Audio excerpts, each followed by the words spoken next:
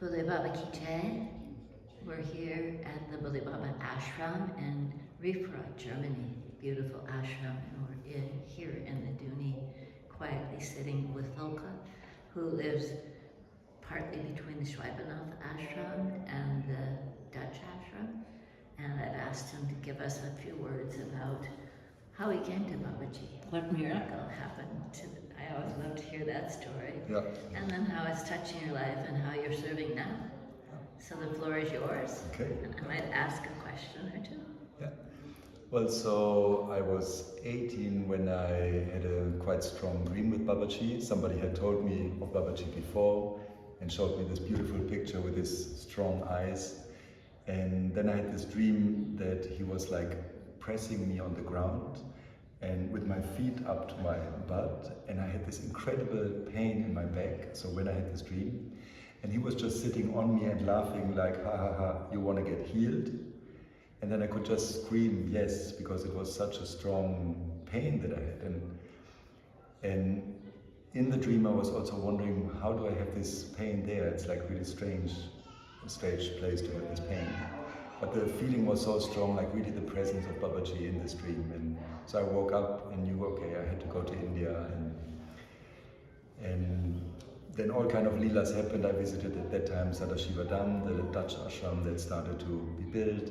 I went to Schweibenath at that time also to visit. Which year was this? It was 91. 1991. Yeah. And you said you went to India. Did you go to Haidakhandi? Yeah, I went to Haidakhandi in 92 then for the spring Navaratri. Yeah. And it was quite intense. I thought like, okay, I come there and it's all truth, simplicity, love. But then coming to this place is actually quite rough also. People were not friendly. But then I eventually understood this other way of love that comes from a different place, where it's not about being friendly in that way, but really more this encompassing love that is just there somehow. So, yeah. And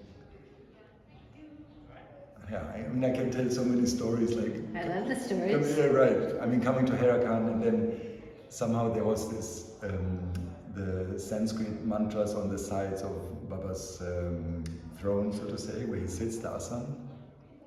And some of these Sanskrit words turned into the German word like go out, like raus. And so I felt like, and I knew he kicked sometimes people out. So I was sitting there and all the time this word go away, like formed itself. And then I thought, and it was this whole craziness inside myself, or, feeling all this turmoil, inner turmoil. So then I thought, okay, then I just go into the mountains, whatever, I'm just leaving the place. And so I just, without clothes, without my luggage, I just walked into the forest, eventually sat down and meditated a bit, and then it was like, what shall I do now? I know there are like wild jaguars and everything. Wild animals. Right. So then basically I sat down and connected with Babaji, and it was, so what shall I do now? I mean, I'm here, and now go back, go to work. So that was like the inner voice then. So then I went back to Haidakhandi and just did whatever was there to do. And so, yeah, and I was lucky to meet still so many people who really lived with Babaji or were with Babaji, or at that time like the physical form. So I heard so many stories, got a lot of introductions into the ceremonies and the pujas, the havan and so on. And now since 2 years, and also before, I live in Schweibenath, the Swiss ashram in the mountains, which is a little bit like the Kailash, the Himalayas from Europe, we could say. And so every morning there's the possibility to go in the river there, like really in Haidakhandi, going in the river, then doing the ceremonies. And some of the atmosphere is really strong still, so Baba's presence is really strong. At the same time, it's a seminar house, and many people come just as guests to the place and end up in this temple and don't know what is this place, like really wondering what it is. And then we still do the arti and so on and explain who Babaji is and what the temple is about. And also you live sometimes at the ashram in Holland. Can you tell me about that ashram? Yeah. You said you helped build it? Well, so was actually not a good karma yoga. I didn't help so much building it, but I was often there in the time when they were building it. And so I live in Amsterdam also in the Netherlands, which is like an hour away from the ashram. And so in the beginning it was a very simple wooden house, and then that burned down and they could build a bigger house. So I was often there for the ceremonies when Muniraja came, Sastriji, to inaugurate the temple and bless the murtis.